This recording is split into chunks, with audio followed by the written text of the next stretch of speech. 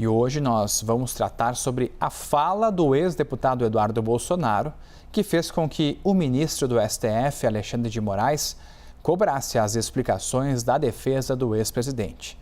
Nós também vamos falar sobre eleições com o anúncio da pré-candidatura de Ronaldo Caiado à presidência, além do caso do Banco Master. Na edição de hoje eu começo com o nosso comentarista Alessandro Soares. Um bom dia para você, Alessandro, seja bem-vindo. Bom dia, Estevão, bom dia a todos. Alessandro, o ex-presidente Jair Bolsonaro está há menos de uma semana em prisão domiciliar e a sua defesa já teve que dar explicações sobre o cumprimento das medidas cautelares ao ministro Alexandre de Moraes. Isso porque no fim de semana, durante um evento, o ex-deputado Eduardo Bolsonaro disse que gravaria um vídeo para mostrar ao pai. Entre as regras da domiciliar está a proibição do uso de celulares e redes sociais, mesmo através de outras pessoas. Alessandro, essa fala de Eduardo vai prejudicar a domiciliar de Jair Bolsonaro? Estevão, bom, é uma fala, eu diria que é uma espécie de... Ele caiu numa espécie de erro psicológico aí, talvez, e falou demais, o que é um traço quase característico da família Bolsonaro. Mas veja, é uma situação em que você ainda não tem uma evidência de que tenha havido efetivamente uma violação com relação àquilo que foi demandado, estabelecido na prisão domiciliar do Bolsonaro. Então, nós ficamos na expectativa. Agora, vamos dizer de maneira muito clara, é muito difícil, o Bolsonaro está em casa, está numa domiciliar. Se você não tem um controle completo da entrada de aparelhos eletrônicos, celulares na casa, se a família tem celular, se você não consegue de alguma forma fazer um monitoramento muito claro com relação a isso, é praticamente impossível que o Bolsonaro não tenha acesso a alguma tecnologia, acesso a algum tipo de informação, ou não veja uma tela de celular ou uma mensagem de alguma pessoa. Então é uma situação muito complicada, porque a domiciliar possibilita isso, e o que o Eduardo Bolsonaro disse foi verbalizar um pouco isso.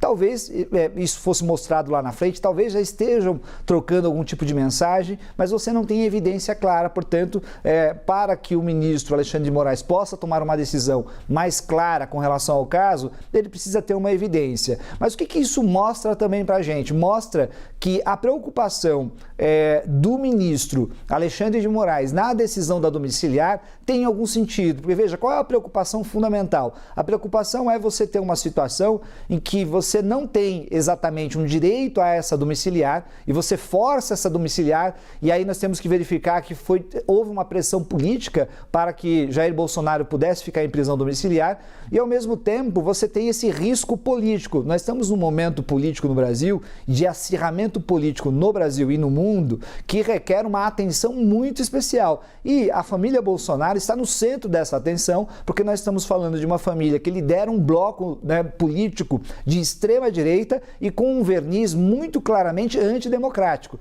Então, nesse sentido, e que utiliza, aliás, vale dizer aqui, muito bem as redes sociais. Então, há um risco muito grande dessa prisão domiciliar ser utilizada de alguma forma como uma liberdade política para mais enfrentamento às instituições. Ou seja, é como se a própria família Bolsonaro e o próprio Bolsonaro não tivessem aprendido absolutamente nada com relação à condenação que ele mesmo sofreu nesse exato momento, que várias pessoas sofreram com relação à tentativa de golpe de Estado e abolição do Estado democrático de direito. E aí o alerta, então, fica aceso. E quando nós olhamos a decisão do ministro Alexandre de Moraes, nós vemos que essa domiciliar, ela tem um caráter, vamos dizer assim, temporário, em razão até desses riscos que nós vemos, e também porque, em tese, se você olhar essa decisão, você vai verificar que ele tem condições de realizar essa condenação em prisão normal, no cárcere normal, não necessariamente em prisão domiciliar. Estevão. Bom, Alessandro, e o governador de Goiás, Ronaldo Caiado, também foi oficializado como pré-candidato do PSD ao Planalto nas eleições deste ano. Hoje, inclusive, ele deve deixar o governo do estado fazendo a sua renúncia. Só que durante o anúncio sobre a disputa, Caiado discursou e falou sobre alguns pontos que devem nortear o seu governo caso ele seja eleito. E entre as medidas, Ele prometeu que seu primeiro ato como presidente será a anistia ampla, geral e irrestrita aos envolvidos nos atos de 8 de janeiro, incluindo a anistia ao ex-presidente Jair Bolsonaro. Alessandro, o PSD busca ser uma terceira via, só que, ao mesmo tempo, aposta em ações que miram eleitores da direita. Diante deste cenário, a anistia é a melhor bandeira para a campanha de Ronaldo Caiado? Estevão, eu acho que nós devemos diferenciar, eu vou citar aqui um autor do século XIX que dizia que nós devemos diferenciar aquilo que as pessoas falam sobre elas mesmas ou sobre o mundo e aquilo que elas fazem. O que nós estamos vendo aqui no caso do Caiado, em primeiro lugar, é uma narrativa descontextualizada, completamente descontextualizada. E olha que o bolsonarismo gosta muito de afirmar de que o seu discurso foi descontextualizado para dizer que não há cometimento de crime e de nenhum ilícito. E nesse caso aqui do Caiado, você tem ele utilizando a ideia de uma anistia irrestrita, uma anistia geral, fazer uma espécie de lembrança, trazendo uma lembrança para nós. Vale lembrar que hoje é dia 31 de março, amanhã é 1º de abril, dia da mentira, vão ser 62 anos da ditadura militar. Ele tenta fazer a lembrança da transição democrática brasileira. Ou seja, fica parecendo que a família Bolsonaro, o bolsonarismo, né, todo aquele movimento lá de janeiro foi um movimento democrático e que eles estão sofrendo alguma espécie de perseguição política por uma ditadura.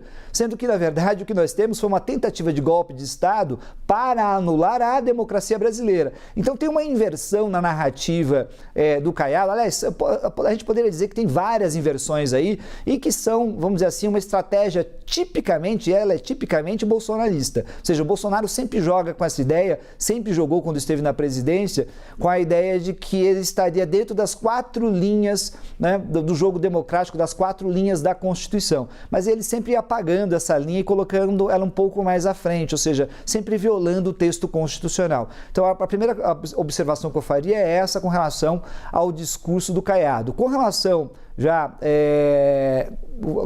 com respeito à eleição propriamente, ao que representa o Caiado nessa eleição, o que nós vemos basicamente é uma estratégia, em primeiro lugar, para tentar atrair um polo bolsonarista e que tem uma certa, vamos dizer assim, uma certa racionalidade se a gente imaginar, em primeiro lugar, que ele não vai ao segundo turno, que ele é uma força política auxiliar ao bolsonarismo. Eu sei que tem muita gente apostando, tendo uma esperança de que o Caiado possa representar uma terceira via e que ele possa acabar com a polarização e assim por diante. Mas veja, isso é uma mera narrativa, ou melhor dizendo, uma mera expectativa dessas pessoas. Do ponto de vista concreto, o que nós temos é quase que praticamente nenhuma condição para que isso aconteça. Pode acontecer, mas eu diria que a probabilidade é muito baixa. Quando ele propõe a questão da anistia, quando ele faz essa narrativa da questão democrática, da questão de que há uma espécie de perseguição ao bolsonarismo, ele tenta atrair esse polo bolsonarista para o seu lado,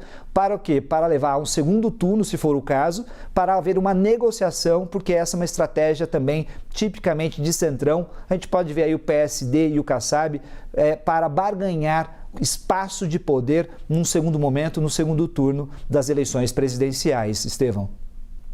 Alessandro, chegou o fim, né, da CPMI do INSS na última semana e, apesar de ter acabado sem um relatório final aprovado, os trabalhos da comissão estiveram em evidência não apenas pelas investigações das fraudes dos descontos indevidos contra aposentados e pensionistas, mas também em diversas frentes que incluíam até o caso do Banco Master.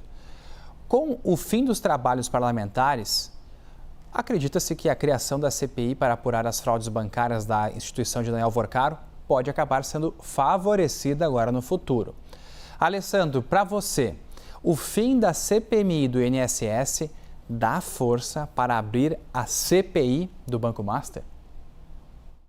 Estevão, essa questão da CPI hoje, eu acho que tem muita gente lembrando a jurisprudência, as decisões anteriores do Supremo Tribunal Federal com relação a esse tema, e aí você tem um conjunto de argumentos a favor e contra a instauração, prorrogação e assim por diante, a gente precisa lembrar que o contexto atual, esse contexto que nós estamos vivendo agora, e a utilização dos poderes parlamentares pelas comissões parlamentares de inquérito nesse atual momento, se dá numa situação em que o Supremo Tribunal Federal está sendo atacado de maneira muito violenta por parte dos parlamentares. E a gente tem que tentar entender também que isso tem levado até mesmo a que parlamentares ou futuros candidatos ou candidaturas ao Senado Federal hoje estão propondo como proposta, como se fosse uma espécie de proposta política, a ideia de um impeachment de ministro do Supremo Tribunal Federal. E quando muitos falam isso, falam até de maneira genérica, qualquer ministro, para dar um recado à Suprema Corte. Então vejam o grau de politização, o grau de ameaça e interferência do Poder Legislativo no Poder Judiciário. E olha que nos últimos anos o Legislativo é que ficou acusando o Judiciário de intervenção. Mas agora a gente vê um movimento quase que contrário. A ideia, nós vamos sacramentar uma espécie de previsão de futuro, que é impeachment, retirar um ministro do Supremo Tribunal Federal. Em primeiro lugar, eu acho que isso não vai acontecer. Não porque o Senado no futuro não tenha força, mas porque eu acho que qualquer tipo de contexto onde você tenha um impeachment de ministro, pode acontecer que esse ministro saia antes como uma proteção à instituição. Mas se essa tentativa de qualquer impeachment de ministro for uma violação brutal à Constituição, isso significa que o Supremo Tribunal Federal, como instituição, vai se defender. Não dá para esperar que esses ministros não se defendam com relação à institucionalidade, com relação às suas posições. Então vejam, eu tenho demandas que não são democráticas por parte do parlamento de maneira geral. E aí nós temos a jurisprudência com relação à comissão parlamentar de inquérito. Com relação à prorrogação, nós vimos uma decisão do ministro André Mendonça que praticamente desdiz o que ele defende ao longo do tempo, que é a ideia de não intervenção, a ideia de uma austeridade, de uma autocontenção do Supremo Tribunal Federal com relação às atividades do parlamento. E do outro lado, a gente tem um Supremo Tribunal Federal que tradicionalmente tem dado aí guarida a proteção do parlamentar para instauração, olha só instauração e não prorrogação de comissões parlamentares de inquérito. Os que estão hoje advogando que essa instauração está no horizonte, estão advogando a partir dessa jurisprudência. Mas cuidado, essa jurisprudência, em primeiro lugar, ela é uma jurisprudência, ou decisões do Supremo Tribunal Federal que são excepcionais. A gente tem, além disso, requisitos de caráter procedimental e formal que devem ser preenchidos, e nós temos esse contexto de ataque ao Supremo Tribunal Federal. Ou seja, as coisas não estão dadas e podem ocorrer alguns giros particulares com relação à jurisprudência do Supremo Tribunal Federal, o que nós vamos ver logo mais, Estevão, quando o Supremo tiver que tratar novamente desse tema. Alessandro Soares, muito obrigado pela sua participação. Nos vemos na quinta-feira. Um bom dia para você. Bom dia, Estevão. Bom dia a todos.